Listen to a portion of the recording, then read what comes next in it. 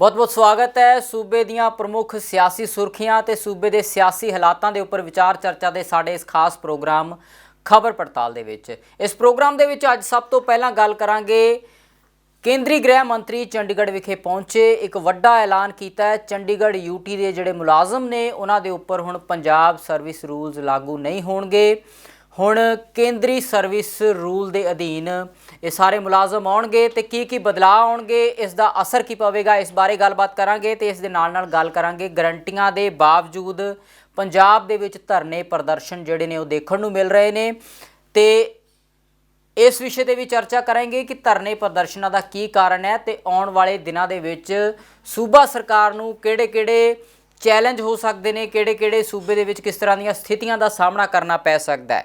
उधर मोदी ते भगवंत मान की मुलाकात तो बाद अरविंद केजरीवाल की नाराज़ चल रहे हैं, इस सवाल के उपर भी गलबात करांगे। ते नाल दी नाल गल करांगे पंजाब कांग्रेस के प्रधान की जिहड़ी नियुक्ति है वो लटक गई है। उस तो बाद नवजोत सिंह सिद्धू ने वड्डा इकट्ठ किया सी, वड्डे आगू नवजोत सिंह सिद्धू के समर्थन च इकट्ठे हुए सन, एक तस्वीर भी सामने आई है। इस मुद्दे ते भी गलबात करांगे। ते नाल दी नाल गल करांगे सुप्रीम कोर्ट ने जिहड़ा केंद्र सरकार नूं इंस्ट्रक्शनस दित्तियां ने 30 अप्रैल तक राजोआणा की पटीशन के उपर फैसला लैण दी, इस बाबत भी गलबात करांगे। ते इस मुद्दे ते भी गल करांगे कि बीजेपी अते आम आदमी का रवैया ने जिहड़ा सिख मुद्दों के उपर जिहड़ा बीजेपी ते आम आदमी पार्टी का रवैया, इस मुतलक भी गलबात करांगे। सीनियर पत्रकार सुरिंदर डल्ला जी मेरे नाल ने। डल्ला साहब बहुत बहुत स्वागत है तुहाडा प्रोग्राम दे विच। बहुत बहुत धन्यवाद जगदीश जी, तुहाडा भी और दुनिया भर के पंजाबियों का भी बहुत बहुत धन्यवाद। डल्ला साहब, केंद्रीय गृह मंत्री अमित शाह की चंडीगढ़ फेरी नूं लैके खूब चर्चे ने, एक वड्डा फैसला सुना दिता उन्होंने अपने संबोधन दे विच। कहंदे यूटी के जिहड़े मुलाजम ने उन्हां दे उपर हुण केंद्री सर्विस रूल लागू होणगे, पंजाब वाले सर्विस रूल्स हुण उन्हां उपर लागू नहीं होणगे। डल्ला साहब, की बदलाव आवेगा, कि जिहड़े खदशे प्रगट किए जा रहे हैं सोशल मीडिया के उपर, उस किन्ने क सच ने इस तरह के खदशे? देखो, पहली तो गल ये है कि चंडीगढ़ दे विच जिहड़े मुलाजम ने हुण जी वो केंद्र दे सेंट्रल सर्विस रूल के तहत नौकरी करनगे। इहदे विच अदारे उही है जिहड़े यूटी नाल संबंधित ने और जिहड़े केंद्र सरकार के अधीन ने। पहलां की हुंदा सी कि आम तौर पर मन्निया जांदा सी कि चंडीगढ़ दे विच जिहड़ियां नियुक्तियां ने वो 60-40 की रेशो नाल होणगीआं, 60 पंजाब ते 40 हरियाणा। हुण ये नहीं भी कल्ला इहदे नाल पंजाब के मुलाजमां नूं भी कोई फायदा होगा। इहदे नाल जिहड़े केंद्र के अधीन, केंद्र के महकमे के अधीन मुलाजम चंडीगढ़ दे विच ने, उन्हां नूं फायदा होने की उम्मीद है और उन्हां नूं तनख्वाहां भत्तियां के रूप में भी फायदा होएगा और उन्हां नूं रिटायरमेंट के रूप दे विच भी। पहलां पंजाब क्योंकि 58 साल की रिटायरमेंट है, हुण चंडीगढ़ दे विच 60 साल की उम्र च रिटायरमेंट होएगी। और मैनूं ये लगता है, बयान जरूर आए ने पंजाब तो कई पोलीटिकल लोगों के, सुखपाल खैहरा का बयान आया कि ये संघी ढांचे ते हमला है। असल च मैनूं ये लगता है कि हुण पहलां जिहड़ियां सरकारां रहीआं ने किते ना किते वो लड़ाई लड़दियां रहीआं ने इन्हां मसलिਆਂ ते केंद्र नाल, भावें कांग्रेस सी भावें अकाली दल सी, और हुण आई एक नवीं पार्टी आम आदमी पार्टी। और तुसीं देखो भारतीय जनता पार्टी ने चोणां तो बाद कई वड्डे फैसले किए ने जिथे पंजाब की सरकार कोई दखल ही नहीं दे सकी। उन्होंने BBMB च नियुक्तियां करतियां, पंजाबियों का जिहड़ा कोटा सी वो घट गया। उन्होंने 10 मार्च नूं बिजली मीटरां बारे भी चिट्ठी भेजती भी करो इहदे ते तैयारी। हालांकि उस फैसले नाल मैं किसी हद तक सहमत भी हाँ कि प्रीपेड जिहड़े बिजली के मीटर ने वो सहूलतां दा राह भी खोलणगे साडे आम लोकां दे लई। हुण चंडीगढ़ दे विच केंद्री मुलाजमां दी गल आ गई।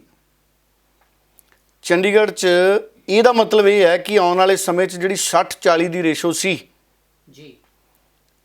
60-40 की जिहड़ी रेशो सी वो आउंदे समय दे विच संकट च पै सकती है।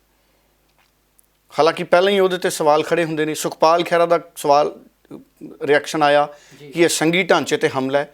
अकाली दल ने भी रिएक्शन दिता है। पोलीटिकल तौर के उत्ते इस तरीके के रिएक्शन आ रहे हैं कि ये केंद्र का चंडीगढ़ ते ਜ਼ਿਆਦਾ ਵੱਧਦਾ ਦਖਲ ਹੈ। ਹੁਣ ਇਹਦੇ ਪਿੱਛੇ ਕਾਰਨ ਦੋ ਹੋ ਸਕਦੇ ਆ।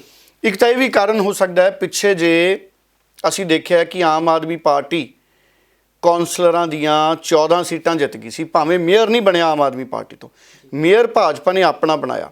ਹੁਣ ਕਿਤੇ ਨਾ ਕਿਤੇ ਬੀਜੇਪੀ ਦੀ ਕੋਸ਼ਿਸ਼ ਹੋਣੀ ਹੈ ਵੀ ਅਸੀਂ ਪਾਰਲੀਮੈਂਟ ਦੀ ਸੀਟ ਵੀ ਇੱਥੋਂ ਜਿੱਤਣੀ ਹੈ ਆਉਂਦੇ ਸਮੇਂ 'ਚ, ਔਰ ਅਸੀਂ ਮੁਲਾਜ਼ਮਾਂ ਨੂੰ ਇਸ ਤਰੀਕੇ ਨਾਲ ਕੇਂਦਰ ਦੇ ਅਧੀਨ ਲਿਆਈਏ ਤਾਂ ਕਿ ਉਹਨਾਂ ਦੇ ਫਾਇਦੇ ਵੱਧ ਜਾਣ। ਇਹਦੇ ਨਾਲ ਭਾਰਤੀ ਜਨਤਾ ਪਾਰਟੀ ਦੀ ਚਾਹਨਾ ਵਾਲੇ ਲੋਕਾਂ ਦੀ ਗਿਣਤੀ ਉੱਥੇ ਵਧੂਗੀ। ਔਰ ਜਗਦੀਸ਼ ਜੀ, ਇੱਕ ਗੱਲ ਮੈਂ ਹੋਰ ਦੱਸਦਾ, ਪੋਲੀਟੀਕਲ ਲੋਕ ਚਾਹੇ ਵਿਰੋਧ ਕਰੀ ਜਾਣ, ਦੇਖੋ ਪੰਜਾਬ ਦੇ ਹੱਥੋਂ ਚੰਡੀਗੜ੍ਹ ਤਾਂ ਪਹਿਲਾਂ ਹੀ ਗਿਆ ਹੋਇਆ, ਸਾਂਝੀ ਰਾਜਧਾਨੀ ਹੈ, ਪੱਕੀ ਰਾਜਧਾਨੀ। ਹੁਣ ਵਾਪਸ ਆਉਣਾ ਚੰਡੀਗੜ੍ਹ ਦਾ ਪੰਜਾਬ ਦੀ ਰਾਜਧਾਨੀ ਦੇ ਤੌਰ ਤੇ ਮੈਨੂੰ ਬੜਾ ਔਖਾ ਲੱਗਦਾ ਹੈ, ਕਿਉਂਕਿ ਆਮ ਆਦਮੀ ਪਾਰਟੀ ਵੀ ਚੰਡੀਗੜ੍ਹ ਨੂੰ ਲੈ ਕੇ ਪੰਜਾਬ ਨੂੰ ਦਿਵਾਉਣ ਲਈ ਕੋਈ ਲੜਾਈ ਲੜੂ, ਇਹ ਕੋਈ ਏਜੰਡਾ ਜਾਂ ਸੋਚ ਆਮ ਆਦਮੀ ਪਾਰਟੀ ਦੀ ਦਿਖੀ ਨਹੀਂ।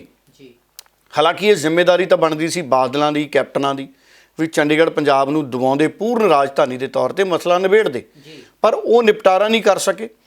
ਆਪ ਤੋਂ ਵੀ ਮੈਂ ਉਮੀਦ ਨਹੀਂ ਕਰਦਾ ਵੀ ਇਹ ਚੰਡੀਗੜ੍ਹ ਪੰਜਾਬ ਨੂੰ ਲੈ ਕੇ ਦੇ ਦੇਣਗੇ। ਸੋ ਇਸ ਕਰਕੇ ਅਸੀਂ ਇਹ ਮੰਨੀਏ ਕਿ ਚੰਡੀਗੜ੍ਹ ਪੰਜਾਬ ਦੇ ਕੰਟਰੋਲ 'ਚੋਂ ਹੌਲੀ ਹੌਲੀ ਗਿਆ ਤੇ ਨਾਮ ਦੀ ਸਾਡੀ ਸਾਂਝੀ ਰਾਜਧਾਨੀ ਹੈ, ਸਾਂਝੀ ਰਾਜਧਾਨੀ ਹੈ ਜੀ। ਹੁਣ ਕਿਉਂਕਿ ਮੁਲਾਜ਼ਮ ਨੇ ਜਿਹੜੇ ਉੱਥੋਂ ਦੇ, ਉਹ ਤਾਂ ਖੁਸ਼ ਹੋਣਗੇ, ਉੱਥੇ ਪੁਲਿਸ ਨੂੰ ਸਹੂਲਤਾਂ ਮਿਲਣਗੀਆਂ। ਕੱਲ੍ਹ 1500 ਦੇ ਕਰੀਬ ਕੁਆਟਰ ਅਕਮੋਡੇਸ਼ਨ ਘਰ ਮਿਲੇ ਪੁਲਿਸ ਦੇ ਮੁਲਾਜ਼ਮਾਂ ਨੂੰ, ਅਫਸਰਾਂ ਨੂੰ। ਉੱਥੋਂ ਦੇ ਮੁਲਾਜ਼ਮਾਂ ਨੂੰ ਕਈ ਸਹੂਲਤਾਂ ਮਿਲਣਗੀਆਂ। ਉੱਥੋਂ ਦੇ ਮੁਲਾਜ਼ਮ ਕਿਉਂ ਚਾਹੁੰਣਗੇ ਕਿ ਪੰਜਾਬ ਦਾ ਅਧਿਕਾਰ ਇੱਥੇ ਜ਼ਿਆਦਾ ਹੋ ਜੇ? ਹਰ ਵਿਅਕਤੀ ਨੇ ਪਹਿਲਾਂ ਆਪਣਾ ਘਰ ਦੇਖਣਾ ਹੈ। ਹੁਣ ਜਿਹੜੇ ਉੱਥੋਂ ਦੇ ਮੁਲਾਜ਼ਮ ਨੇ ਉਹ ਨਿਸ਼ਚਿਤ ਤੌਰ ਦੇ ਉੱਤੇ ਖੁਸ਼ ਹੋਣਗੇ ਜਗਦੀਸ਼ ਜੀ। ਸੋ ਇਸ ਕਰਕੇ ਪੰਜਾਬ ਨੇ ਉਸ ਤਰੀਕੇ ਦੀ ਵਿਵਸਥਾ ਨਹੀਂ ਬਣਾਈ। ਦੇਖੋ ਚੰਡੀਗੜ੍ਹ 'ਚ ਤਾਂ ਬਿਜਲੀ ਵੀ ਸਸਤੀ ਹੈ, ਮੈਂ ਤਾਂ ਰਿਹਾ ਚੰਡੀਗੜ੍ਹ 'ਚ ਬਿਜਲੀ ਵੀ ਸਸਤੀ ਹੈ, ਕਿਰਾਏ ਵੀ ਘੱਟ ਹੈ, ਮੈਂ ਕਿਰਾਏ 'ਤੇ ਰਹਿੰਦਾ ਸੀ। ਪੰਜਾਬ ਦੇ ਮੁਕਾਬਲੇ ਹਰ ਸਹੂਲਤ ਚੰਡੀਗੜ੍ਹ ਸਸਤੀ ਹੈ।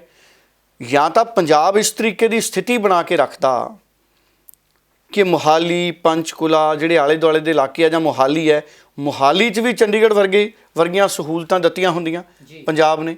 ਚੰਡੀਗੜ੍ਹ 'ਚ ਬਿਜਲੀ ਮਹਿੰਗੀ, ਚੰਡੀਗੜ੍ਹ 'ਚ ਪੈਟਰੋਲ ਸਸਤਾ, ਲੋਕ ਪੈਟਰੋਲ ਪਾਉਣ ਉੱਥੇ ਚਲੇ ਜਾਂਦੇ ਸੀ। ਚੰਡੀਗੜ੍ਹ 'ਚ ਸ਼ਰਾਬ ਦੀ ਪਾਲਿਸੀ, ਪੰਜਾਬ ਤੇ ਹਰਿਆਣੇ ਨਾਲੋਂ ਸ਼ਰਾਬ ਸਸਤੀ, ਰੈਵਨਿਊ ਜ਼ਿਆਦਾ, ਕਿਉਂਕਿ ਉਹ ਡਿਸਟ੍ਰੀਬਿਊਸ਼ਨ ਹੈ ਇਸ ਤਰੀਕੇ ਦਾ, ਨੈਟਵਰਕ ਇਸ ਤਰੀਕੇ ਦਾ, ਜਿਵੇਂ ਨਵਜੋਤ ਸਿੰਘ ਸਿੱਧੂ ਦਾ ਸਿੱਧੂ ਮਾਡਲ ਹੈ ਕਿ ਤੁਸੀਂ ਪੋਲੀਟੀਕਲ ਦਖਲ ਅੰਦਾਜ਼ੀ ਤੋਂ ਮੁਕਤ ਕਰ ਦਿਓ ਸ਼ਰਾਬ। ਦਿੱਲੀ 'ਚ ਵੀ ਸ਼ਰਾਬ ਦਾ ਕਾਰੋਬਾਰ ਪੋਲੀਟੀਕਲ ਲੋਕਾਂ ਦੇ ਹੱਥ ਹੀ ਹੈ। ਅਤੇ ਜੇ ਹੁਣ ਆਮ ਆਦਮੀ ਪਾਰਟੀ ਵਾਲੇ ਵੀ ਪੰਜਾਬ 'ਚ ਸ਼ਰਾਬ ਦਾ ਕੰਮ ਪੋਲੀਟੀਕਲ ਲੋਕਾਂ ਹੱਥੋਂ ਨਾ ਕੱਢ ਸਕੇ ਅਤੇ ਸ਼ੁੱਧ ਵਪਾਰੀਆਂ ਹੱਥ ਨਾ ਦੇ ਸਕੇ, ਅਤੇ ਪੰਜਾਬ 'ਚ ਵੀ ਉਹੀ ਰੌਲਾ ਰਹਿਣਾ, ਕਮਾਈ ਨਹੀਂ ਹੋਣੀ ਫਿਰ ਸ਼ਰਾਬ ਤੋਂ। ਇਹ ਗਰੰਟੀਆਂ ਸੁਫਨਾ ਵੀ ਬਣ ਸਕਦੀਆਂ ਨੇ, ਕਿਉਂਕਿ ਡਿਲੀਵਰ ਕਰਨਾ ਪੈਣਾ ਹੈ। ਸੋ ਪੰਜਾਬ ਦੀਆਂ ਸਮੇਂ ਦੀਆਂ ਸਰਕਾਰਾਂ ਨੇ, ਅਕਾਲੀ ਦਲ ਨੇ ਵੀ, ਕਾਂਗਰਸ ਨੇ ਵੀ, ਬੀਜੇਪੀ ਪੰਜਾਬ ਵਾਲਿਆਂ ਨੇ ਵੀ ਚੰਡੀਗੜ੍ਹ ਨੂੰ ਡਿਲੀਵਰ ਹੀ ਨਹੀਂ ਕੀਤਾ। ਅਤੇ ਚੰਡੀਗੜ੍ਹ ਤੋਂ ਸਿੱਖਿਆ ਨਹੀਂ ਲਈ, ਮੋਹਾਲੀ ਲਈ, ਆਸ-ਪਾਸ ਦੇ ਇਲਾਕਿਆਂ ਲਈ ਵੀ ਅਸੀਂ ਚੰਡੀਗੜ੍ਹ ਦੀ ਤਰਜ਼ 'ਤੇ ਹੀ ਮੋਹਾਲੀ ਵਿਕਸਿਤ ਕਰ ਲਈਏ, ਨਹੀਂ ਹੋਏ। ਸੋ ਇਸ ਕਰਕੇ ਇਹ ਫੈਸਲੇ ਤਾਂ ਹੋ ਗਏ। ਹੁਣ ਬਾਕੀ ਸਿਆਸਤ ਹੈ, ਸਿਆਸਤ ਹੁੰਦੀ ਰਹਿਣੀ ਹੈ। ਹੁਣ ਤੁਸੀਂ ਦੇਖੋ ਜਿਹੜੀ ਮਹਿਲਾਵਾਂ ਲਈ ਚਾਈਲਡ ਕੇਅਰ ਦੀ ਛੁੱਟੀ ਹੈ, ਉਹ 1 ਸਾਲ ਦੀ ਸੀ, ਉਹ 2 ਸਾਲ ਦੀ ਹੋ ਗਈ। ਸਾਡੀਆਂ ਮਹਿਲਾਵਾਂ ਨੂੰ ਕਿੰਨਾ ਉੱਥੇ ਫਾਇਦਾ ਇਹਦੇ ਨਾਲ ਹੋਊਗਾ, ਔਰ ਪੁਲਿਸ ਹੋਰ ਆਧੁਨਿਕ ਹੋ ਜੂਗੀ ਉੱਥੇ। ਸੋ ਇਸ ਕਰਕੇ ਉੱਥੋਂ ਦੇ ਲੋਕ ਤਾਂ ਖੁਸ਼ ਹੋਣਗੇ ਜਗਦੀਸ਼ ਜੀ। ਡੱਲਾ ਸਾਹਿਬ ਜੀ, ਗਰੰਟੀਆਂ ਦੇ ਬਾਵਜੂਦ ਪੰਜਾਬ ਦੇ ਵਿੱਚ ਡੱਲਾ ਸਾਹਿਬ ਪ੍ਰਦਰਸ਼ਨ ਸ਼ੁਰੂ ਹੋ ਗਏ, ਮੁਲਾਜ਼ਮਾਂ ਦੇ ਵੀ, ਹੋਰ ਵਰਗਾਂ ਦੇ ਵੀ। ਕੀ ਆਉਂਦੇ ਦਿਨਾਂ ਦੇ ਵਿੱਚ ਸਾਨੂੰ ਹੋਰ ਤੇਜ਼ ਪ੍ਰਦਰਸ਼ਨ ਦੇਖਣ ਨੂੰ ਮਿਲਣਗੇ? ਤੇ ਇਹ ਵੀ ਦੱਸਣਾ ਕਿ ਨਰਿੰਦਰ ਮੋਦੀ ਤੇ ਭਗਵੰਤ ਮਾਨ ਦੀ ਮੁਲਾਕਾਤ ਤੋਂ ਬਾਅਦ ਇਹ ਵੀ ਗੱਲਾਂ ਸੁਣਨ 'ਚ ਆ ਰਹੀਆਂ ਨੇ ਕਿ ਅਰਵਿੰਦ ਕੇਜਰੀਵਾਲ ਨਾਰਾਜ਼ ਚੱਲ ਰਹੇ ਨੇ। ਡੱਲਾ ਸਾਹਿਬ ਦੇਖੋ, ਪਹਿਲਾਂ ਤਾਂ ਮੈਂ ਇਹ ਦੱਸਦਾ ਕਿ ਜਿਹੜੀਆਂ ਗਰੰਟੀਆਂ ਸੀ ਸਿਰਫ ਕਲਪਨਾ 'ਤੇ ਆਧਾਰਿਤ ਤਾਂ ਨਹੀਂ ਸੀ। ਜਿਵੇਂ ਬਹੁਤ ਸਾਰੀਆਂ ਗੱਲਾਂ ਹੁੰਦੀਆਂ ਵੀ ਜੇ ਅਸੀਂ ਆ ਗਏ ਤਾਂ ਅਸੀਂ ਆਹ ਕਰ ਦਾਂਗੇ, ਅਸੀਂ ਆ ਗਏ ਤੇ ਅਸੀਂ ਆਹ ਕਰ ਦਾਂਗੇ, ਉਹਦੇ ਪਿੱਛੇ ਕੋਈ ਠੋਸ ਯੋਜਨਾ ਨਹੀਂ ਹੁੰਦੀ।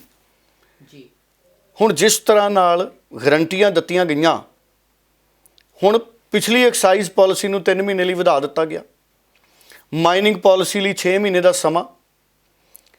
ਹੁਣ ਐਕਸਾਈਜ਼ ਪਾਲਿਸੀ ਦੇ ਵਿੱਚ ਕੀ ਚਾਹੀਦਾ ਤਾਂ ਇਹ ਹੈ ਵੀ ਜਿਹੜੀ ਨਵੀਂ ਐਕਸਾਈਜ਼ ਪਾਲਿਸੀ ਆ ਉਹਦੇ ਵਿੱਚ L13 ਬੇਰੁਜ਼ਗਾਰਾਂ ਨੂੰ ਮਿਲਣ, ਸ਼ਰਾਬ ਦਾ ਪ੍ਰਬੰਧ ਸਰਕਾਰੀ ਕਾਰਪੋਰੇਸ਼ਨ ਕਰੇ, ਜੇ ਸ਼ਰਾਬ ਵੇਚਣੀ ਹੈ ਤੇ ਸਰਕਾਰੀ ਤੌਰ ਤੇ ਪ੍ਰਬੰਧ ਹੋਵੇ, ਸਰਕਾਰੀ ਦੁਕਾਨਾਂ ਹੋਣ, ਮੁਲਾਜ਼ਮਾਂ ਨੂੰ ਇੰਪਲੋਇਮੈਂਟ ਆਵੇ ਤੇ ਰੈਵਨਿਊ ਆਵੇ ਤੇ ਐਕਸਾਈਜ਼ ਦੀ ਚੋਰੀ ਬੰਦ ਹੋਵੇ। ਨਕਲੀ ਸ਼ਰਾਬ ਦਾ ਕਾਰੋਬਾਰ ਬੰਦ ਹੋਵੇ, ਪੋਲੀਟੀਕਲ ਲੀਡਰਾਂ ਦੇ ਹੱਥੋਂ ਸ਼ਰਾਬ ਲੈ ਲਓ। ਪੋਲੀਟੀਕਲ ਲੀਡਰਾਂ ਕੋਲੇ ਬਹੁਤ ਕੁਝ ਹੈ। ਸਧਾਰਨ ਵਪਾਰੀ ਨੇ ਜਿਹੜੇ, ਉਹ ਵਪਾਰੀਆਂ ਨੂੰ ਕੰਮ ਕਰਨ ਦਿਓ, ਨਵੇਂ ਵਪਾਰੀ ਪੈਦਾ ਹੋਣ, ਸ਼ਰਾਬ ਨੂੰ ਬਿਜ਼ਨਸਮੈਨ ਹੋਰ ਅੱਗੇ ਆ ਕੇ ਕੰਮ ਕਰਨ, ਫਿਰ ਤਾਂ ਗੱਲ ਸਮਝ ਆਉਂਦੀ ਹੈ। ਤੇ ਸਰਕਾਰੀ ਕਾਰਪੋਰੇਸ਼ਨ ਹੋਵੇ, ਫਿਰ ਤਾਂ ਇਹ ਸਮਝ ਆਉਂਦਾ ਵੀ ਇਹ ਗਰੰਟੀ ਕੰਮ ਕਰੂਗੀ। ਜੇ ਇੱਥੇ ਵੀ ਲੀਡਰਾਂ ਨੂੰ ਠੇਕੇ ਦੇਣੇ, ਵੀ ਕੋਈ ਅਕਾਲੀਆਂ ਨੂੰ ਦੇਤੇ, ਕਾਂਗਰਸੀਆਂ ਨੂੰ ਦੇਤੇ, ਉਹਨਾਂ ਨੇ ਇਕੱਠੇ ਹੋ ਕੇ ਸਿੰਡੀਕੇਟ ਬਣਾ ਦੇਣਾ ਤੇ ਸ਼ਰਾਬ ਦਾ ਰੇਟ ਚੱਕ ਲੈਣਾ। ਦੇਖੋ ਪੰਜਾਬ 'ਚ ਸ਼ਰਾਬ ਦਾ ਰੇਟ ਸਭ ਤੋਂ ਜ਼ਿਆਦਾ, ਮੈਂ ਤਾਂ ਕਹਿੰਦਾ ਪੰਜਾਬ 'ਚ ਸ਼ਰਾਬ ਦਾ ਮੁੱਲ ਪੂਰੇ ਦੇਸ਼ ਨਾਲੋਂ ਜ਼ਿਆਦਾ ਹੋਣਾ ਜੀ। ਤੇ ਰੈਵਨਿਊ ਹੈ ਨਹੀਂ ਜੀ। ਕਿਉਂ? ਜਦੋਂ ਤੁਸੀਂ ਪੋਲੀਟੀਕਲ ਹੱਥਾਂ 'ਚ ਸ਼ਰਾਬ ਦੇ ਦੋਗੇ, ਬੜੇ ਸਿਆਣੇ ਨੇ ਉਹ ਲੋਕ, ਉਹਨਾਂ ਨੇ ਪ੍ਰੋਫਿਟ ਆਪਣੇ ਘਰ ਰੱਖਣਾ, ਖਜ਼ਾਨੇ 'ਚ ਕਿਉਂ ਪਾਉਣਾ? ਇਹ ਖਜ਼ਾਨਾ ਖਾਲੀ ਕਿਉਂ ਹੈ? ਇਸੇ ਕਰਕੇ ਖਾਲੀ ਹੈ ਕਿ ਪੁਰਾਣੀਆਂ ਸਰਕਾਰਾਂ ਨੇ ਸਾਰੇ ਕੰਮ ਵੀ ਲੀਡਰਾਂ ਨੂੰ ਦਿੱਤੇ। ਪੈਨਸ਼ਨ ਤੁਸੀਂ ਬੰਦ ਕੀਤੀ, ਭਗਵੰਤ ਮਾਨ ਜੀ, ਚੰਗੀ ਗੱਲ ਹੈ। ਆ ਸਰਕਾਰੀ ਪੋਲੀਟੀਕਲ ਲੀਡਰਾਂ ਕੋਲੇ ਜਿੰਨੇ ਸ਼ਰਾਬ ਦੇ ਠੇਕੇ ਆ, ਇਹ ਬੰਦ ਕਰੋ। ਪਰ ਤੁਸੀਂ ਤਾਂ ਦਿੱਲੀ 'ਚ ਵੀ ਤੁਹਾਡੀ ਸਰਕਾਰ ਨੇ ਲੀਡਰਾਂ ਨੂੰ ਠੇਕੇ ਦੇ ਰੱਖੇ, ਕਈ ਠੇਕੇ ਲੀਡਰਾਂ ਕੋਲੇ ਆ ਦਿੱਲੀ 'ਚ ਵੀ। ਸੋ ਅਗਰ ਦਿੱਲੀ 'ਚ ਪਹਿਲਾਂ ਸਰਕਾਰੀ ਸੀ, ਹੁਣ ਪ੍ਰਾਈਵੇਟ ਕਰਤੀ, ਪੰਜਾਬ 'ਚ ਪਹਿਲਾਂ ਹੀ ਪ੍ਰਾਈਵੇਟ ਹੈ। ਸੋ ਸ਼ਰਾਬ ਦੀ ਪਾਲਿਸੀ ਤੇ ਆਮ ਆਦਮੀ ਪਾਰਟੀ ਦਾ ਦਿੱਲੀ ਮਾਡਲ ਕਲੀਅਰ ਨਹੀਂ ਹੈ ਜਗਦੀਸ਼ ਜੀ। ਇਸ ਕਰਕੇ ਮੈਂ ਕਹਿੰਦਾ ਵੀ ਕਿਤੇ ਗਰੰਟੀਆਂ ਕਲਪਨਾ ਤੇ ਆਧਾਰਿਤ ਤਾਂ ਨਹੀਂ ਸੀ। ਇਹ ਕੱਪੜਛਾਣ ਹੋਰ ਵੀ ਕਰਨਗੇ ਲੋਕ, ਹੋਰ ਬੜੇ ਬੁੱਧੀਜੀਵੀ ਲੋਕ ਇਸ ਚੀਜ਼ ਨੂੰ ਸਮਝਦੇ ਹੋਣਗੇ, ਤਾਂ ਹੀ ਪੰਜਾਬ ਬਾਹਰ ਨਿਕਲੂਗਾ। ਕਿਉਂਕਿ ਕਮਾਈ ਲਈ ਆਮ ਆਦਮੀ ਪਾਰਟੀ ਕਹਿੰਦੀ ਸੀ ਅਸੀਂ ਸ਼ਰਾਬ ਤੋਂ ਕਰਪਸ਼ਨ ਰੋਕਾਂਗੇ, ਪੈਸੇ ਕਮਾਵਾਂਗੇ, ਅਸੀਂ ਰੇਤੇ ਤੋਂ, ਮਾਈਨਿੰਗ ਤੋਂ। ਹੁਣ ਇਹ ਦੋ ਸੈਗਮੈਂਟ ਵੱਡੇ ਹੈ, ਇਸ ਕਰਕੇ ਬੜਾ ਜ਼ਰੂਰੀ ਹੈ ਕਿ ਇਸ ਪਾਸੇ ਧਿਆਨ ਦਿੱਤਾ ਜਾਵੇ। ਜਿਹੜੇ ਕੇਜਰੀਵਾਲ ਨਾਰਾਜ਼ ਨੇ, ਉਹ ਮੈਨੂੰ ਲੱਗਦਾ ਉਹ ਇਸ ਕਰਕੇ ਨਾਰਾਜ਼ ਨੇ ਕਿ ਭਗਵੰਤ ਮਾਨ ਉਹਨਾਂ ਨੇ ਜਦੋਂ ਨਰਿੰਦਰ ਮੋਦੀ ਨੂੰ ਕਿਹਾ ਵੀ ਸਾਨੂੰ 1 ਲੱਖ ਕਰੋੜ ਦਿਓ, 50-50 ਹਜ਼ਾਰ ਕਰੋੜ ਦਿਓ, ਕਿਉਂਕਿ ਅਰਵਿੰਦ ਕੇਜਰੀਵਾਲ ਜੀ ਵੀ ਮੋਦੀ ਸਾਹਿਬ ਬਾਰੇ ਜ਼ਿਆਦਾ ਤੱਤਾ ਨਹੀਂ ਸੀ ਬੋਲਦੇ ਪਿਛਲੇ ਸਾਲ 1.5 ਸਾਲ ਤੋਂ, ਮੈਂ ਦੇਖਿਆ ਜੀ। ਤੇ ਨਰਿੰਦਰ ਮੋਦੀ ਸਾਹਿਬ ਵੀ ਕੇਜਰੀਵਾਲ ਸਾਹਿਬ ਬਾਰੇ ਕੋਈ ਤੱਤਾ ਨਹੀਂ ਸੀ ਬੋਲਦੇ ਪਿਛਲੇ ਸਾਲ 1.5 ਸਾਲ ਤੋਂ, ਮੇਰਾ ਅੰਦਾਜ਼ਾ ਹੈ। ਤੇ ਜਦੋਂ ਭਗਵੰਤ ਮਾਨ ਪੈਸੇ ਮੰਗਣ ਗਏ, ਕਿਉਂਕਿ ਖਜ਼ਾਨੇ ਦੀ ਸਥਿਤੀ ਪਤਾ ਲੱਗ ਗਈ ਭਗਵੰਤ ਮਾਨ ਨੂੰ ਵੀ ਇੱਥੇ ਤਾਂ ਹੈ ਹੀ ਕੁਛ ਨਹੀਂ ਭਾਈ, ਇਹ ਤਾਂ ਸੱਚਮੁੱਚ ਹੀ ਖਾਲੀ ਹੈ ਜੀ।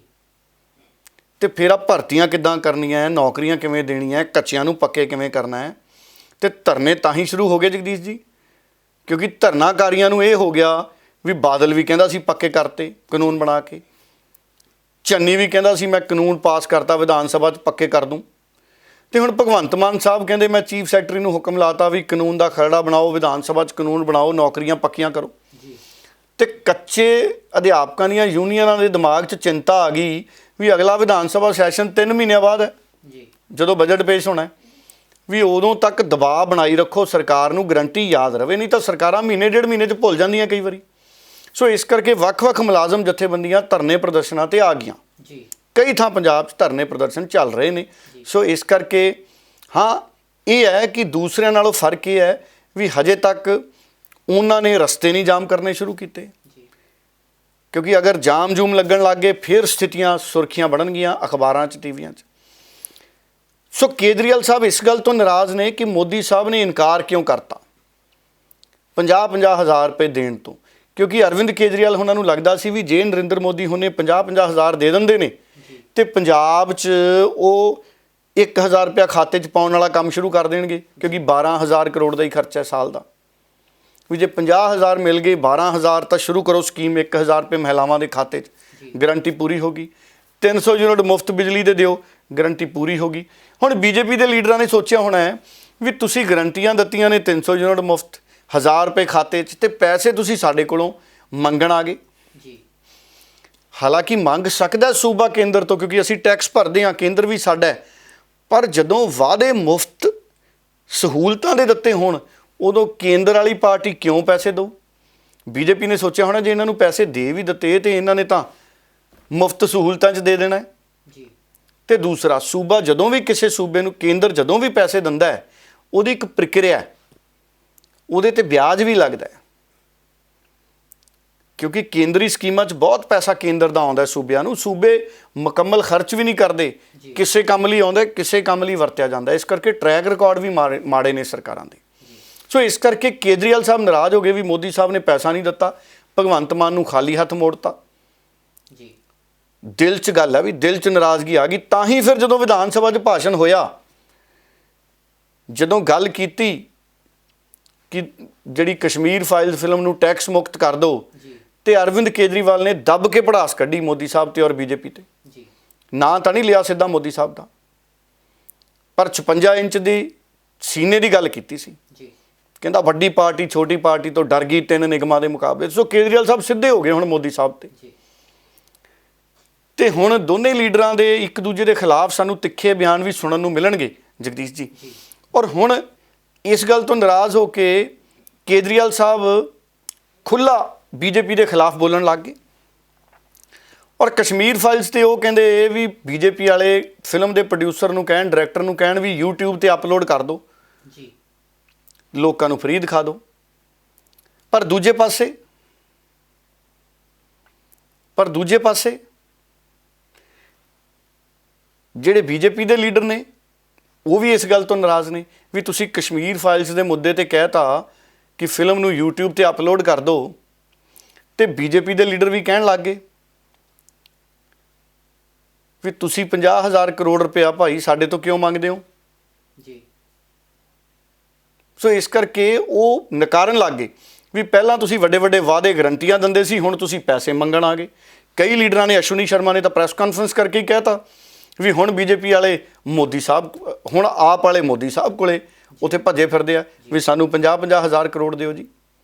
ਸੋ ਇਸ ਕਰਕੇ ਵਿਜ਼ਨ, ਪਾਲਿਸੀ, ਨੀਤੀਆਂ ਸਪਸ਼ਟ ਨਹੀਂ। ਗਰੰਟੀਆਂ ਤੇ ਆਮ ਆਦਮੀ ਪਾਰਟੀ ਖੁਦ ਦੁਚਿੱਤੀ ਜੀ ਚ ਲੱਗਦੀ ਹੈ ਮੈਨੂੰ ਜਗਦੀਸ਼ ਜੀ, ਜੀ ਖੁਦ ਦੁਚਿੱਤੀ ਚ ਲੱਗਦੀ ਹੈ। ਕਲੈਰਿਟੀ ਹੋਣੀ ਚਾਹੀਦੀ ਹੈ। ਜੀ। ਅਫਸਰਾਂ ਦੇ ਨਾਲ ਮੀਟਿੰਗਾਂ ਕਰੋ, ਅਰਵਿੰਦ ਕੇਜਰੀਵਾਲ ਸਲਾਹ ਮਸ਼ਵਰਾ ਕਰਨ ਭਗਵੰਤ ਮਾਨ ਨਾਲ। ਭਗਵੰਤ ਮਾਨ ਕੋਲੇ ਮਹਿਕਮਿਆਂ ਦਾ ਬੋਝ ਇੰਨਾ, ਉਹਨਾਂ ਦਾ ਮਹਿਕਮਿਆਂ ਦਾ ਬੋਝ ਘਟਾਓ ਤਾਂ ਕਿ ਭਗਵੰਤ ਮਾਨ ਫ੍ਰੀ ਹੋ ਕੇ ਕੰਮ ਕਰਨ। ਮੈਂ ਤਾਂ ਕਹਿੰਦਾ ਭਗਵੰਤ ਮਾਨ ਸਾਹਿਬ ਤੇ ਬਹੁਤ ਵੱਡੀ ਜ਼ਿੰਮੇਵਾਰੀ ਹੈ। ਇਹ ਗਰੰਟੀਆਂ ਦੀ ਸਾਰੀ ਜ਼ਿੰਮੇਵਾਰੀ ਐਲਾਨ ਭਾਵੇਂ ਕੇਜਰੀਵਾਲ ਸਾਹਿਬ ਦੇ ਮੂੰਹੋਂ ਹੋਏ, ਲੇਕਿਨ ਜ਼ਿੰਮੇਵਾਰੀ ਬਣ ਗਈ ਭਗਵੰਤ ਮਾਨ ਦੀ। ਜੇ ਤਾਂ ਗਰੰਟੀਆਂ ਪੂਰੀਆਂ ਹੋ ਗਈਆਂ ਭਗਵੰਤ ਮਾਨ ਦੀ ਸ਼ੋਭਾ, ਜੀ ਜੇ ਨਹੀਂ ਪੂਰੀਆਂ ਹੁੰਦੀਆਂ ਤੇ ਭਗਵੰਤ ਮਾਨ ਦਾ ਸਿਆਸੀ ਨੁਕਸਾਨ ਹੋਊ। ਜੀ ਇਸ ਕਰਕੇ ਇਹ ਸਥਿਤੀਆਂ ਬਣੀਆਂ ਹੋਈਆਂ ਨੇ ਜਗਦੀਸ਼ ਜੀ। ਜੀ ਡਾਲਾ ਸਾਹਿਬ, ਪੰਜਾਬ ਕਾਂਗਰਸ ਦੇ ਪ੍ਰਧਾਨ ਦੀ ਚੋਣ ਹੈ ਜਿਹੜੀ ਇੱਕ ਵਾਰ ਫਿਰ ਤੋਂ ਲਟਕ ਗਈ ਹੈ। ਚਰਚੇ ਚੱਲ ਰਹੇ ਸੀ ਕਿ ਜਲਦ ਹੀ ਐਲਾਨ ਹੋ ਸਕਦਾ ਹੈ। ਕੀ ਕਾਰਨ ਹੈ ਪ੍ਰਧਾਨ ਦਾ ਐਲਾਨ ਕਿਉਂ ਨਹੀਂ ਹੋ ਰਿਹਾ? ਦੂਜੇ ਪਾਸੇ ਨਵਜੋਤ ਸਿੰਘ ਸਿੱਧੂ ਹੋਣਾ ਨੇ ਆਪਣੇ ਸਮਰਥਕ ਆਗੂਆਂ ਦੇ ਨਾਲ ਇੱਕ ਮੀਟਿੰਗ ਕੀਤੀ ਹੈ। ਸੋਸ਼ਲ ਮੀਡੀਆ ਤੇ ਫੋਟੋ ਵੀ ਵਾਇਰਲ ਹੋ ਰਹੀ ਹੈ। ਡਾਲਾ ਸਾਹਿਬ ਕੀ ਕਹਿਣਾ ਚਾਹੋਗੇ? ਦੇਖੋ, ਪਹਿਲਾਂ ਤਾਂ ਇਹ ਮੀਡੀਆ ਵਾਲੇ ਹੀ ਕਹਿੰਦੇ ਸੀ, ਕਈ ਸਾਡੇ ਮੀਡੀਆ ਵਾਲੇ ਹੀ ਕਹਿੰਦੇ ਸੀ ਵੀ ਅੱਜ ਹੋ ਸਕਦੀ ਹੈ ਨਵੇਂ ਪ੍ਰਧਾਨ ਕੀ ਨਿਯੁਕਤੀ ਕਾਂਗਰਸ ਕੇ ਪੰਜਾਬ की। ਜੀ ਹਿੰਦੀ ਵਾਲੇ ਹਿੰਦੀ 'ਚ, ਪੰਜਾਬੀ ਵਾਲੇ ਪੰਜਾਬੀ 'ਚ। ਜਦ ਕਿ ਹਜੇ ਤਾਂ ਉਹ ਆਪਣੇ ਰੌਲੇ 'ਚ ਹੀ ਉਲਝੇ ਹੋਏ ਨੇ ਦਿੱਲੀ ਵਾਲੇ। ਜੀ ਇੱਕ ਪਾਸੇ G23 ਹੈ, ਇੱਕ ਪਾਸੇ ਕਈ ਹੋਰ ਗੁੱਟ ਨੇ ਜਿਨ੍ਹਾਂ ਦੇ ਨਾਂ ਨਹੀਂ। ਜੀ ਪੰਜਾਬ 'ਚ ਵੀ 3-4 ਜੀ ਨੇ। ਡਾਲਾ ਸਾਹਿਬ, ਇੱਕ ਹੋਰ ਗੁੱਟ ਦੀ ਮੈਂ ਚਰਚਾ ਸੁਣੀ, ਪੀ ਕਰਕੇ ਕੋਈ ਗੁੱਟ ਹੈ। ਇਹ ਕਿਹੜਾ ਗੁੱਟ? ਇਹ ਕਈ ਗੁੱਟ ਨੇ। ਪੀ ਗੁੱਟ ਮੈਂ ਤੁਹਾਡੇ ਤੋਂ ਹੀ ਸੁਣ ਰਿਹਾ। ਜੀ ਸੋ ਕਈ ਗੁੱਟ ਨੇ ਕਾਂਗਰਸ 'ਚ। ਪੀ ਵੀ ਹੈ, ਜੀ ਵੀ ਹੈ, ਡੀ ਵੀ ਹੋਣਾ ਕੋਈ। ਜੀ ਸੋ ਇਸ ਕਰਕੇ ਆਰ ਵੀ ਹੋਣਾ। ਆ ਸਿੱਧੂ ਨੂੰ ਵੀ ਐਸ ਗੁੱਟ ਕਹੀ ਜਾਂਦੇ ਹੁਣ ਤੱਕ ਕਈ। ਜੀ ਹੁਣ ਕਹਿੰਦੇ ਕਿ ਕਾਂਗਰਸ ਇੰਨੀ ਜ਼ਿਆਦਾ ਗੁੱਟਾਂ 'ਚ ਵੰਡੀ ਪਈ ਹੈ। ਪਹਿਲਾਂ ਤਾਂ ਕੇਂਦਰੀ ਕਾਂਗਰਸ ਕਹਿੰਦੇ ਅਸੀਂ ਇਕੱਠੇ ਹੋ ਜਾਈਏ, ਜੀ ਅਸੀਂ ਇੰਨੇ ਗੁੱਟਾਂ 'ਚ ਆ ਵੀ ਅਸੀਂ ਗੁੱਟ ਘਟਾ ਲਈਏ ਪਹਿਲਾਂ। ਤੇ ਜਿਹੜੀ ਪੰਜਾਬ ਕਾਂਗਰਸ ਦੇ ਪ੍ਰਧਾਨ ਦੀ ਚੋਣ ਹੈ, ਮੈਨੂੰ ਇਹ ਲੱਗਦਾ ਜਗਦੀਸ਼ ਜੀ ਹਜੇ ਇਹਨੂੰ ਮਹੀਨਾ 2 ਮਹੀਨੇ ਲੱਗਣਗੇ। ਜੀ ਐਡੀ ਛੇਤੀ ਹੱਲ ਹੋਣ ਵਾਲਾ ਮਸਲਾ ਨਹੀਂ ਹੈ। ਕਿਉਂ? ਇਹ ਵੀ ਹੋ ਸਕਦਾ ਕਿ ਕਾਂਗਰਸ ਦੀ ਹਾਈ ਕਮਾਂਡ ਸੋਚੇ ਵੀ ਹੁਣ ਅਸੀਂ ਪਹਿਲਾਂ ਕੌਮੀ ਪ੍ਰਧਾਨ ਬਣਾ ਲਈਏ ਪਾਰਟੀ ਦੀਆਂ ਚੋਣਾਂ ਕਰਾ ਕੇ, ਤੇ ਜਦੋਂ ਕੌਮੀ ਪ੍ਰਧਾਨ ਬਣ ਜੇ ਤੇ ਜਦੋਂ ਪਾਰਟੀ ਦੇ ਮੁੱਖ ਪ੍ਰਧਾਨ ਦੀ ਚੋਣ ਹੋਣੀ ਹੈ ਉਹਦੇ ਨਾਲ ਨਾਲ ਸੂਬਿਆਂ ਦੇ ਪ੍ਰਧਾਨਾਂ ਦੀ ਚੋਣ ਵੀ ਕਰਾ ਲਈਏ। ਇਹ ਵੀ ਵਿਚਾਰ ਆ ਸਕਦਾ। ਸੋ ਕਈ ਤਰ੍ਹਾਂ ਦੇ ਫਾਰਮੂਲਿਆਂ ਤੇ ਕਾਂਗਰਸ ਉਲਝੀ ਹੋਈ ਹੈ। ਔਰ ਪੰਜਾਬ 'ਚ ਕਈ ਦਾਅਵੇਦਾਰ ਨੇ ਕਾਂਗਰਸ ਦੀ ਪ੍ਰਧਾਨਗੀ ਦੇ, ਕਈ ਦਾਅਵੇਦਾਰ ਨੇ, ਮੈਂ ਕਿਸੇ ਦਾ ਨਾਂ ਨਹੀਂ ਲੈਣਾ, ਸਾਰੇ ਲੋਕਾਂ ਨੂੰ ਪਤਾ ਨਾਵਾਂ ਦਾ। ਔਰ ਕਈ ਗੁੱਟ ਨੇ ਪੰਜਾਬ 'ਚ ਕਾਂਗਰਸ ਦੇ, ਜੀ ਉਹ ਵੀ ਦਾਅਵੇਦਾਰਾਂ 'ਚੋਂ ਹੈ ਜਿਨ੍ਹਾਂ ਨੇ ਚਰਨਜੀਤ ਚੰਨੀ ਦੇ ਆਲੇ ਦੁਆਲੇ ਘੇਰਾ ਬਣਾਇਆ ਸੀ, ਜਿਹੜੇ ਕਹਿੰਦੇ ਸੀ ਚੰਨੀ ਸਾਹਿਬ ਬਣਾ ਦਿਓ ਬਸ ਸਰਕਾਰ ਆ ਗਈ, ਚੰਨੀ ਸਾਹਿਬ ਬਣਾ ਦਿਓ ਬਸ ਸਰਕਾਰ ਆ ਗਈ। ਹੁਣ ਉਹ ਚੰਨੀ ਸਾਹਿਬ ਨੂੰ ਛੱਡ ਕੇ ਹੋਰ ਕਿਸੇ ਪਾਸੇ ਲੱਗ ਗਏ। ਸੋ ਚੰਨੀ ਦੇ ਆਲੇ ਦੁਆਲੇ ਸੀ ਜਿਹੜੇ ਪਹਿਲਾਂ, ਉਹ ਹੁਣ ਕਿਤੇ ਹੋਰ ਵੀ ਕਈ ਤੁਰੇ ਫਿਰਦੇ ਆ। ਸੋ ਇਸ ਕਰਕੇ ਕਈ ਗੁੱਟ ਨੇ ਹੁਣ ਤੱਕ ਕਾਂਗਰਸ 'ਚ, ਸਵੇਰੇ ਕਿਤੇ ਹੋਰ, ਸ਼ਾਮ ਨੂੰ ਕਿਤੇ ਹੋਰ। ਹੁਣ ਕਾਂਗਰਸ 'ਚ ਉਹ ਸਥਿਤੀ ਹੈ ਜਿਹੜੇ ਲੀਡਰ ਨੂੰ ਜਿਹੜਾ ਜਿੱਥੇ ਮਿਲ ਜੇ ਉਹ ਉਹਦੇ ਨਾਲ ਹੀ ਚਲਾ ਜਾਂਦਾ। ਸੋ ਕਾਂਗਰਸ ਦੀ ਜਿਹੜੀ ਗਰੁੱਪਬੰਦੀ ਹੈ ਨਾ ਜੀ, ਗਰੁੱਪਬੰਦੀ ਉਹ ਬੜੀ ਅਜੀਬੋ ਗਰੀਬ ਹੈ ਇਸ ਵਕਤ। ਕਈ ਤਰ੍ਹਾਂ ਦੇ, ਹਾਂ ਇਹ ਹੈ ਇੱਕੋ ਹੀ ਵਿਅਕਤੀ ਦਿਖ ਰਿਹਾ ਨਵਜੋਤ ਸਿੰਘ ਸਿੱਧੂ, ਜਿਹਦੇ ਨਾਲ 24-25 ਸਾਬਕਾ ਵਿਧਾਇਕ ਦਿਖ ਰਹੇ ਨੇ। ਖਹਿਰਾ ਵੀ ਨਾਲ ਸੀ ਕੱਲ੍ਹ ਵਾਲੀ ਸੁਲਤਾਨਪੁਰ ਲੋਧੀ ਵਾਲੀ ਮੀਟਿੰਗ 'ਚ, ਪਰਸੋਂ 'ਚ ਸੁਖਪਾਲ ਖਹਿਰਾ, ਬਲਵਿੰਦਰ ਧਾਰੀਵਾਲ, 2 ਵਿਧਾਇਕ ਵੀ ਸੀ ਉੱਥੇ। ਹੁਣ ਇਹ ਵੀ ਹੋ ਸਕਦਾ ਹੈ ਕਿ ਕਾਂਗਰਸ ਦੀ ਹਾਈ ਕਮਾਂਡ ਨਵੇਂ ਪ੍ਰਧਾਨ ਦੇ ਨਾਮ ਦੇ ਐਲਾਨ ਤੋਂ ਪਹਿਲਾਂ ਪੰਜਾਬ 'ਚ ਇਹ ਦੇਖ ਲੇ ਵੀ ਜੇ ਕਿਸੇ ਇੱਕ ਵਿਅਕਤੀ ਨੂੰ ਪ੍ਰਧਾਨ ਬਣਾਤਾ ਤਾਂ ਕੀ ਸਥਿਤੀ ਬਣਨੀ, ਜੇ ਦੂਸਰੇ ਨੂੰ ਬਣਾਤਾ ਤਾਂ ਕੀ ਸਥਿਤੀ ਬਣਨੀ। ਇਹ ਵੀ ਹੋ ਸਕਦਾ ਹੈ ਕਾਂਗਰਸ ਦੀ ਹਾਈ ਕਮਾਂਡ ਸੋਚੇ ਵੀ ਪੰਜਾਬ 'ਚ ਵੋਟਾਂ ਪਾ ਕੇ ਪ੍ਰਧਾਨ ਚੁਣ ਲਓ। ਮੈਂ ਤਾਂ ਕਹਿੰਦਾ ਇਹ ਸਭ ਤੋਂ ਜ਼ਿਆਦਾ ਵਧੀਆ ਨਿਯੁਕਤ ਕਰਨ ਨਾਲੋਂ ਕਾਂਗਰਸ ਦੀ ਹਾਈ ਕਮਾਂਡ ਪੰਜਾਬ 'ਚ ਕਾਂਗਰਸੀਆਂ ਦੀਆਂ ਵੋਟਾਂ ਹੀ ਪਵਾ ਲੇ, ਨਾਲੇ ਇਹ ਪਤਾ ਲੱਗ ਜੂ ਕਾਂਗਰਸੀਆਂ ਦੀਆਂ ਵੋਟਾਂ ਕਿੰਨੀਆਂ ਕੁ ਰਹਿ ਗਈਆਂ ਪੰਜਾਬ 'ਚ, ਕਿੰਨੇ ਕੁ ਆਪ ਵੱਲ ਚਲੇ ਗਏ, ਕਿੰਨੇ ਕੁ ਅਕਾਲੀ ਦਲ ਵੱਲ, ਕਿੰਨੇ ਕੁ ਬੀਜੇਪੀ ਵੱਲ ਚਲੇ ਗਏ। ਸੋ ਕਾਂਗਰਸ ਦੀਆਂ ਹੀ ਵੋਟਾਂ ਬਣਾ ਲੈਣੀਆਂ ਚਾਹੀਦੀਆਂ ਨੇ ਕਾਂਗਰਸ ਨੂੰ। ਉਹਦੇ ਨਾਲ ਕਾਂਗਰਸ ਸ਼ਾਇਦ ਮਾੜਾ ਮੋਟਾ ਪਤਾ ਲੱਗ ਜੇ ਵੀ ਕਾਂਗਰਸ ਕਿੰਨੀ ਕੁ ਹੈ, ਜ਼ਿਆਦਾ ਤਾਂ ਨਹੀਂ ਇਕੱਠੀ ਜੀ ਹੋ ਗਈ। 18% ਦੇ ਕਰੀਬ ਉੱਦਾਂ ਵੋਟਾਂ ਪਈਆਂ, ਪਰ ਉਸ ਤੋਂ ਬਾਅਦ ਕਹਿੰਦੇ ਬਹੁਤ ਸਾਰੇ ਲੋਕ ਰਿਜ਼ਲਟ ਆਉਣ ਤੋਂ ਬਾਅਦ ਵੀ ਖਿੰਡ ਗਏ। ਇਸ ਕਰਕੇ ਕਾਂਗਰਸ 'ਚ ਹਜੇ ਕੁਝ ਨਹੀਂ ਕਹਿ ਸਕਦੇ ਕੀ ਹੋਣਾ ਜਗਦੀਸ਼ ਜੀ ਆਉਣ ਵਾਲੇ ਸਮੇਂ 'ਚ, ਪਰ ਕਈ ਚੰਗੇ ਲੀਡਰ ਕਾਂਗਰਸ 'ਚ ਹਜੇ ਹੈਗੇ ਨੇ ਅਗਰ ਕਾਂਗਰਸ ਉਹਨਾਂ ਨੂੰ ਕੰਮ ਕਰਨ ਦਾ ਮੌਕਾ ਦਿਓ, ਕਿਉਂਕਿ ਚੰਗਿਆਂ ਨੂੰ ਆਲੇ ਦੁਆਲੇ ਕਰਪਟ ਲੀਡਰ ਵੀ ਘੇਰ ਲੈਂਦੇ ਨੇ ਕਈ ਵਾਰੀ। ਹੁਣ ਕਾਂਗਰਸ 'ਚ ਇਹ ਵੀ ਨਹੀਂ ਪਤਾ ਲੱਗਦਾ ਇਮਾਨਦਾਰ ਕਿਹੜਾ, ਕਰਪਟ ਕਿਹੜਾ, ਕਿਉਂਕਿ ਜਿਹੜਾ ਕਰਪਟ ਹੁੰਦਾ ਉਹ ਮੂਹਰੋਂ ਇਮਾਨਦਾਰ ਦਿਖਦਾ। ਸੋ ਇਸ ਕਰਕੇ ਕਾਂਗਰਸ ਦੇ ਲੀਡਰਾਂ ਦੇ ਇਹ ਤਾਂ ਕੋਈ ਮਸ਼ੀਨ ਹੀ ਹੋਣੀ ਚਾਹੀਦੀ ਹੈ ਵੀ ਉਹਦੇ 'ਚੋਂ ਕਾਂਗਰਸ ਦਾ ਲੀਡਰ ਲੰਘਾਓ ਤੇ ਪਤਾ ਲੱਗ ਜੇ ਕਿ ਇਹਦਾ ਸਟੈਂਡ ਕੀ ਹੈ, ਇਹ ਕਿਹਦੇ ਨਾਲ ਖੜਾ ਹੈ, ਇਹ ਕਰਪਟ ਹੈ ਕਿ ਨਾਨ ਕਰਪਟ ਹੈ। ਕੋਈ ਮਸ਼ੀਨ ਦੀ ਖੋਜ ਹੋਣੀ ਚਾਹੀਦੀ ਹੈ ਕਾਂਗਰਸੀ ਲੀਡਰਾਂ ਦੀ ਪਰਖ ਕਰਨ ਲਈ। ਡੱਲਾ ਸਾਹਿਬ, ਭਾਈ ਰਾਜੋ ਆਣਾ ਦੀ ਪਟੀਸ਼ਨ ਨੂੰ ਲੈ ਕੇ ਸੁਪਰੀਮ ਕੋਰਟ ਨੇ ਕੇਂਦਰ ਸਰਕਾਰ ਨੂੰ ਬੜੇ ਅਹਿਮ ਨਿਰਦੇਸ਼ ਦਿੱਤੇ ਨੇ ਕਿ 30 ਅਪ੍ਰੈਲ ਤੱਕ ਇਸ ਮਾਮਲੇ ਨੂੰ ਲੈ ਕੇ ਕੋਈ ਨਾ ਕੋਈ ਫੈਸਲਾ ਕੇਂਦਰ ਸਰਕਾਰ ਕਰੇ। ਕਿਵੇਂ ਦੇਖਦੇ ਹੋ ਇਸ ਨਿਰਦੇਸ਼ ਨੂੰ? ਤੇ ਨਾਲ ਦੀ ਨਾਲ ਇਹ ਵੀ ਦੱਸ ਦੇਣਾ ਡੱਲਾ ਸਾਹਿਬ ਕਿ ਬੀਜੇਪੀ ਤੇ ਆਮ ਆਦਮੀ ਪਾਰਟੀ ਦੇ ਸਿੱਖ ਮੁੱਦਿਆਂ ਨੂੰ ਲੈ ਕੇ ਸਟੈਂਡ ਬਾਰੇ ਜਿਹੜੀ ਗੱਲ ਨਿਕਲ ਕੇ ਸਾਹਮਣੇ ਆ ਰਹੀ ਹੈ ਉਸ ਬਾਰੇ ਕੀ ਕਹਿਣਾ ਚਾਹੋਗੇ ਡੱਲਾ ਸਾਹਿਬ? ਮੈਂ ਪੁਰਾਣੇ ਸਵਾਲ ਦੇ 2 ਲਾਈਨਾਂ ਜੋੜਦਾ। ਮੇਰਾ ਇਹ ਕਹਿਣ ਦਾ ਮਤਲਬ ਸਾਰੇ ਕਾਂਗਰਸੀ ਵਰਕਰ, ਵਲੰਟੀਅਰ, ਅਹੁਦੇਦਾਰ, ਲੀਡਰ ਕਰਪਟ ਨਹੀਂ ਹੈ, ਵਿੱਚ ਇਮਾਨਦਾਰ ਵੀ ਨੇ। ਸੋ ਕਰਪਸ਼ਨ ਵਾਲੀ ਗੱਲ ਸਾਰਿਆਂ ਤੇ ਲਾਗੂ ਨਹੀਂ ਹੁੰਦੀ, ਜਿਹੜੇ ਕਰਪਟ ਨੇ ਉਹਨਾਂ ਤੇ ਲਾਗੂ ਹੁੰਦੀ ਹੈ। ਸੋ ਜਿਹੜੇ ਇਮਾਨਦਾਰ ਲੋਕ ਨੇ, ਕਾਂਗਰਸ ਦੇਸ਼ ਨੂੰ ਆਜ਼ਾਦ ਕਰਾਉਣ ਵਾਲੀ ਪਾਰਟੀ ਹੈ, ਜਿਹੜੇ ਇਮਾਨਦਾਰ ਲੋਕ ਨੇ ਉਹਨਾਂ ਅੱਗੇ ਸਿਰ ਝੁਕਦਾ। ਹੁਣ ਜਗਦੀਸ਼ ਜੀ, ਜਿਹੜੇ ਤੁਸੀਂ ਗੱਲ ਕੀਤੀ ਬਹੁਤ ਵੱਡੀ ਕੀਤੀ। 2012 'ਚ ਪਟੀਸ਼ਨ ਲੱਗੀ ਸੀ ਬਲਵੰਤ ਸਿੰਘ ਰਾਜੋਆਣਾ ਦੀ ਫਾਂਸੀ ਨੂੰ ਉਮਰ ਕੈਦ 'ਚ ਤਬਦੀਲ ਕਰਨ ਦੀ, ਔਰ ਹੁਣ ਤੱਕ ਬਲਵੰਤ ਸਿੰਘ ਰਾਜੋਆਣਾ 25 ਸਾਲ ਜੇਲ੍ਹ 'ਚ ਕੱਟ ਚੁੱਕਿਆ। ਇਸੇ ਤਰ੍ਹਾਂ ਪ੍ਰੋਫੈਸਰ ਦਵਿੰਦਰ ਸਿੰਘ ਭੁੱਲਰ ਲੰਮਾ ਸਮਾਂ ਜੇਲ੍ਹ 'ਚ ਕੱਟਿਆ, 24-25 ਸਾਲ। ਸੁਪਰੀਮ ਕੋਰਟ ਨੇ ਉਹਨਾਂ ਦੀ ਫਾਂਸੀ ਦੀ ਸਜ਼ਾ ਉਮਰ ਕੈਦ 'ਚ ਬਦਲੀ ਸੀ। ਸੁਪਰੀਮ ਕੋਰਟ ਕੋਲੇ ਅਧਿਕਾਰ ਹੈ, ਵੱਖ-ਵੱਖ ਤਰਕ ਸੀ, ਉਹਨਾਂ ਦੀ ਮਾਨਸਿਕ ਸਥਿਤੀ ਠੀਕ ਨਹੀਂ ਸੀ। ਤੇ ਸਾਡੇ ਪ੍ਰਧਾਨ ਮੰਤਰੀ ਨਰਿੰਦਰ ਮੋਦੀ ਸਾਹਿਬ ਨੇ ਗੁਰਪੁਰ ਵਾਲੇ ਦਿਨ ਜਦੋਂ ਸਿੱਖ ਕੈਦੀਆਂ ਦੀ ਰਿਹਾਈ ਦੀ ਗੱਲ ਕੀਤੀ, ਜਿਨ੍ਹਾਂ ਨੇ ਰਿਹਾ ਹੋਣਾ ਸੀ ਉਹਨਾਂ 'ਚ ਪ੍ਰੋਫੈਸਰ ਦਵਿੰਦਰਪਾਲ ਸਿੰਘ ਭੁੱਲਰ ਵੀ ਸੀ। ਹੁਣ ਉਹ ਦਿੱਲੀ ਦੀ ਸਰਕਾਰ ਕੋਲੇ ਕੇਸ ਪੈਂਡਿੰਗ ਹੈ ਹਜੇ, ਜਿਹੜਾ ਰਿਵਿਊ ਕਰਨ ਵਾਲਾ, ਸਜ਼ਾ ਰਿਵਿਊ ਕਰਨ ਵਾਲਾ ਬੋਰਡ ਹੈ, ਉਹ 'ਚ ਸਤਿੰਦਰ ਜੈਨ ਵੀ ਮੈਂਬਰ ਨੇ ਜਾਂ ਚੇਅਰਮੈਨ ਨੇ ਮੰਤਰੀ ਦੇ ਤੌਰ ਤੇ। ਆਪ ਵਾਲੇ ਨੇ ਕਿਹਾ ਸੀ ਵੀ ਸਤਿੰਦਰ ਜੈਨ ਉਹਨਾਂ ਨੇ ਵਿਰੋਧ ਨਹੀਂ ਕੀਤਾ, ਆਪ ਨੇ ਵਿਰੋਧ ਨਹੀਂ ਕੀਤਾ, ਉਦੋਂ ਉਹਨਾਂ ਨੇ ਕਿਹਾ ਸੀ, ਪਰ ਆਪ ਵੱਲੋਂ ਕੋਈ ਖਾਸ ਫੈਸਲਾ ਹੱਕ 'ਚ ਜਾਂ ਜਲਦ ਰਿਹਾਈ ਦਾ ਜਾਂ ਕੋਈ ਕੋਸ਼ਿਸ਼ ਕੀਤੀ ਗਈ ਹੋਵੇ ਉਹਦੀ ਵੀ ਬਹੁਤ ਸਾਨੂੰ ਜਾਣਕਾਰੀ ਨਹੀਂ ਆਈ ਹੈ। ਪਰ ਸਵਾਲ ਬਹੁਤ ਵੱਡਾ ਹੈ। ਹੁਣ ਸੁਪਰੀਮ ਕੋਰਟ ਨੇ ਕਿਹਾ ਹੈ ਕਿ ਕੇਂਦਰ ਸਰਕਾਰ 30 ਅਪ੍ਰੈਲ ਤੱਕ ਫੈਸਲਾ ਕਰੇ ਬਲਵੰਤ ਸਿੰਘ ਰਾਜੋਆਣਾ ਦੇ ਮਾਮਲੇ ਤੇ। ਇੱਕ ਵਾਰ ਗੱਲ ਚੱਲੀ ਸੀ, ਇਹ ਗੱਲਾਂ ਬਣੀਆਂ ਸੀ ਕਿ ਭਾਜਪਾ ਰਾਜੋਆਣਾ ਦੀ ਸਜ਼ਾ ਮਾਫ ਕਰ ਸਕਦੀ ਹੈ, ਚਰਚਾਵਾਂ ਸ਼ੁਰੂ ਹੋਈਆਂ ਸੀ। ਉਦੋਂ ਪਾਰਲੀਮੈਂਟ ਦਾ ਸੈਸ਼ਨ ਵੀ ਚੱਲ ਰਿਹਾ ਸੀ, ਪਾਰਲੀਮੈਂਟ ਦੀਆਂ ਵੋਟਾਂ ਹੋਣ ਵਾਲੀਆਂ ਸੀ। ਰਵਨੀਤ ਸਿੰਘ ਬਿੱਟੂ ਹੋਰਾਂ ਨੇ ਉਦੋਂ ਵਿਰੋਧ ਕੀਤਾ ਸੀ ਵੀ ਨਹੀਂ, ਸਜ਼ਾ ਮਾਫੀ ਹੋਣੀ ਚਾਹੀਦੀ, ਤੇ ਅਮਿਤ ਸ਼ਾਹ ਉਹਨਾਂ ਨੂੰ ਵੀ ਮਿਲ ਕੇ ਆਏ ਸੀ ਰਵਨੀਤ ਸਿੰਘ ਬਿੱਟੂ। ਉਦੋਂ ਇਹ ਮਾਮਲਾ ਹੌਲੀ ਹੌਲੀ ਫਿਰ ਪੈਂਡਿੰਗ ਪੈ ਗਿਆ। ਹੁਣ ਸੁਪਰੀਮ ਕੋਰਟ ਨੇ ਸੁਣਵਾਈ ਦਰਮਿਆਨ ਕਿਹਾ ਕਿ ਜਿਹੜੇ ਕੇਂਦਰ ਸਰਕਾਰ ਨੇ ਪਹਿਲਾਂ ਦੇ ਹੁਕਮਾਂ ਤੇ ਵੀ ਕੋਈ ਖਾਸ ਪ੍ਰਗਤੀ ਨਹੀਂ ਕੀਤੀ ਤੇ ਜਿਹੜੇ ਕੇਂਦਰ ਦੇ ਵਕੀਲ ਆਏ ਨੇ ਉਹਨਾਂ ਕੋਲੇ ਵੀ ਕੋਈ ਠੋਸ ਜਵਾਬ ਨਹੀਂ। ਸੋ ਉਹਨਾਂ ਨੇ ਇਹ ਕਿਹਾ ਵੀ ਤੁਸੀਂ 30 ਅਪ੍ਰੈਲ ਤੱਕ ਇਹਦੇ ਤੇ ਫੈਸਲਾ ਕਰੋ। ਅਗਰ 30 ਅਪ੍ਰੈਲ ਤੱਕ ਫੈਸਲਾ ਤੁਸੀਂ ਨਹੀਂ ਕਰਦੇ ਤਾਂ ਕੇਂਦਰ ਦਾ ਸਕੱਤਰ ਪੱਧਰ ਦਾ ਅਧਿਕਾਰੀ ਤੇ ਹੋਰ ਜਿਹੜੇ ਜ਼ਿੰਮੇਦਾਰ ਲੋਕ ਨੇ ਉਹਨਾਂ ਨੂੰ ਫਿਰ ਅਦਾਲਤ ਦੇ ਵਿੱਚ ਉਹ ਬੁਲਾਉਣਗੇ। ਸੋ ਮੈਨੂੰ ਲੱਗਦਾ 30 ਅਪ੍ਰੈਲ ਤੱਕ ਹੁਣ ਕੇਂਦਰ ਸਰਕਾਰ ਕੋਈ ਨਾ ਕੋਈ ਫੈਸਲਾ ਕਰੂਗੀ।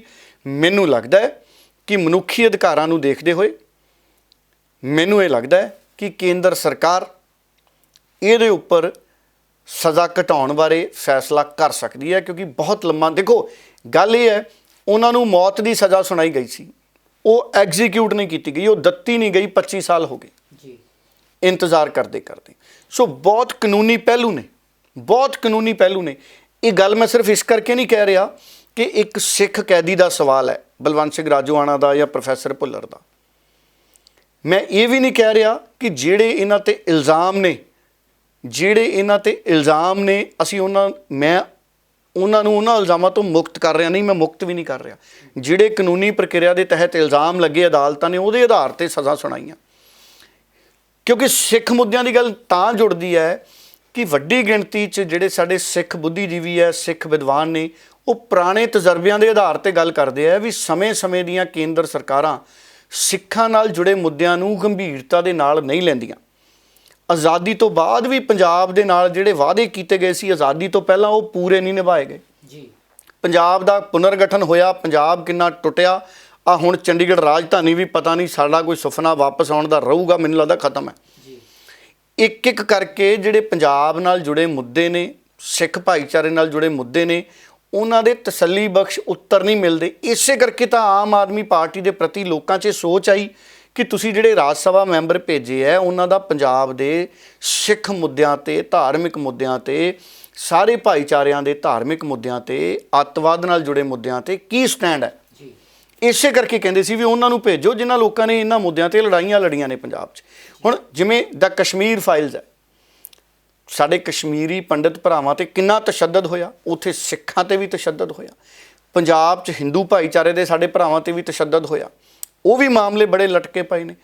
ਇਹ ਮਾਮਲਿਆਂ ਨੂੰ ਸੁਲਝਾਉਣ ਦੇ ਲਈ ਉਹ ਲੋਕ ਅੱਗੇ ਆਉਣੇ ਚਾਹੀਦੇ ਨੇ ਜਿਨ੍ਹਾਂ ਦਾ ਕਿਰਦਾਰ ਦਿਖੇ, ਜਿਨ੍ਹਾਂ ਦੇ ਵਿੱਚੋਂ ਕੋਈ ਉਹਨਾਂ ਦੀ ਵੱਖ ਸੋਚ ਨਾ ਦਿਖੇ, ਵੱਖਵਾਦੀ ਸੋਚ ਨਾ ਦਿਖੇ।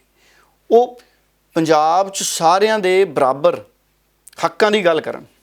ਹੁਣ ਜਿੱਥੋਂ ਤੱਕ ਮਸਲਾ ਰਹਿ ਗਿਆ, ਦੇਖੋ ਦਿੱਲੀ 'ਚ ਮੈਂ ਅੱਗੇ ਵੀ ਉਦਾਹਰਨਾਂ ਦਿੰਦਾ, ਦਿੱਲੀ 'ਚ ਦੋ ਵੱਡੇ ਵੱਡੇ ਕਾਂਗਰਸੀ ਸੀ, ਦੋਨਾਂ ਨੂੰ ਉਮਰ ਕੈਦਾਂ ਦੀਆਂ ਸਜ਼ਾ ਸੁਣਾਈਆਂ ਗਈਆਂ ਸੀ, ਦੋਨੇ ਰਿਹਾ ਹੋ ਕੇ ਘਰੇ ਜਾ ਚੁੱਕੇ। ਜੁਰਮ ਇੱਕੋ ਹੀ ਹੁੰਦਾ ਜੀ, 'ਚ ਉਮਰ ਕੈਦ ਦੀ ਸਜ਼ਾ ਸੁਣਾ ਦਿੱਤੀ ਜਾਵੇ ਜਾਂ ਮੌਤ ਦੀ ਸਜ਼ਾ ਸੁਣਾ ਦਿੱਤੀ ਜਾਵੇ ਜੀ। ਹੁਣ ਜਦੋਂ ਗੱਲ ਆਉਂਦੀ ਹੈ ਪ੍ਰੋਫੈਸਰ ਦਵਿੰਦਰਪਾਲ ਸਿੰਘ ਭੁੱਲਰ ਦੀ, ਬਲਵੰਤ ਸਿੰਘ ਰਾਜੋਆਣਾ ਦੀ, ਤੇ ਕਾਨੂੰਨ ਤਾਂ ਕਹਿੰਦਾ ਫੈਸਲੇ ਕਰੋ, ਸਰਕਾਰਾਂ ਲਟਕਾ ਦਿੰਦੀਆਂ। ਸੁਪਰੀਮ ਕੋਰਟ ਨੇ ਤਾਂ ਪਹਿਲਾਂ ਹੀ ਕਹਿਤਾ ਸੀ ਵੀ ਕੇਂਦਰ ਫੈਸਲਾ ਕਰੇ, ਕੇਂਦਰ ਹੀ ਫੈਸਲਾ ਨਹੀਂ ਕਰ ਸਕਿਆ। ਮੋਦੀ ਸਾਹਿਬ ਨੇ ਕਹਿਤਾ ਭੁੱਲਰ ਦੀ ਰਿਹਾਈ ਤੇ ਫੈਸਲਾ ਕਰੋ, ਦਿੱਲੀ ਵਾਲੇ ਨਹੀਂ ਕਰ ਸਕੇ ਜੀ। ਸੋ ਮਸਲਾ ਇਹ ਹੈ ਵੀ ਸਰਕਾਰਾਂ ਕਈ ਵਾਰੀ ਖੁਦ ਉਹਨਾਂ ਕੋਲ ਇੱਛਾ ਸ਼ਕਤੀ ਨਹੀਂ ਹੁੰਦੀ, ਅਦਾਲਤਾਂ ਛੇਤੀ ਫੈਸਲਾ ਕਰ ਦਿੰਦੀਆਂ। ਸੋ ਹੁਣ ਵੇਖਦੇ ਹਾਂ ਇਹਦੇ 'ਤੇ ਕੀ ਫੈਸਲਾ ਆਉਂਦਾ। ਇਹਦੇ ਨਾਲ ਬੀਜੇਪੀ ਦਾ ਔਰ ਆਮ ਆਦਮੀ ਪਾਰਟੀ ਦਾ ਸਾਡੇ ਸਿੱਖ ਮੁੱਦਿਆਂ ਪ੍ਰਤੀ ਕਿੰਨੀ ਸੰਜੀਦਗੀ ਹੈ, ਕਿੰਨੀ ਸਮਝ ਹੈ, ਉਹਦਾ ਵੀ ਪਤਾ ਲੱਗੂਗਾ। ਔਰ ਮੈਂ ਆਸ ਕਰਦਾ ਕਿ ਭਾਰਤ ਸਰਕਾਰ ਬਲਵੰਤ ਸਿੰਘ ਰਾਜੋਆਣਾ ਦੇ ਮਸਲੇ 'ਤੇ ਜੋ ਵੀ ਫੈਸਲਾ ਲੈਣਾ ਉਹ ਜਲਦ ਲਊਗੀ। ਪ੍ਰੋਫੈਸਰ ਭੁੱਲਰ ਤੇ ਦਿੱਲੀ ਦੀ ਸਰਕਾਰ ਆਪਣੇ ਵੱਲੋਂ ਹੋਰ ਕੋਸ਼ਿਸ਼ਾਂ ਕਰੇ, ਜਲਦ ਤੋਂ ਜਲਦ ਫੈਸਲਾ ਹੋਵੇ, ਪ੍ਰੋਫੈਸਰ ਭੁੱਲਰ ਦੀ ਰਿਹਾਈ ਦਾ ਫੈਸਲਾ ਹੋਵੇ, ਬਲਵੰਤ ਸਿੰਘ ਰਾਜੋਆਣਾ ਤੇ ਜੋ ਫੈਸਲਾ ਹੋਣਾ ਉਹ ਹੋਵੇ, ਤਾਂ ਕਿ ਗੱਲ ਨਿਪਟਾਰੇ ਵਾਲੇ ਪਾਸੇ ਤੁਰੇ ਜੀ। ਡੱਲਾ ਸਾਹਿਬ, ਸਮਾਪਤੀ ਵੱਲ ਵੱਧਦੇ ਹਾਂ ਜੀ। ਤੁਸੀਂ ਪੰਜਾਬ ਦੀਆਂ ਪ੍ਰਮੁੱਖ ਸਿਆਸੀ ਸੁਰਖੀਆਂ ਤੇ ਆਪਣੇ ਵਿਚਾਰ ਰੱਖੇ, ਤੁਹਾਡਾ ਬਹੁਤ ਬਹੁਤ ਧੰਨਵਾਦ। ਦਰਸ਼ਕਾਂ ਦਾ ਵੀ ਬਹੁਤ ਬਹੁਤ ਧੰਨਵਾਦ। ਬਹੁਤ ਬਹੁਤ ਧੰਨਵਾਦ ਜਗਜੀਤ ਜੀ।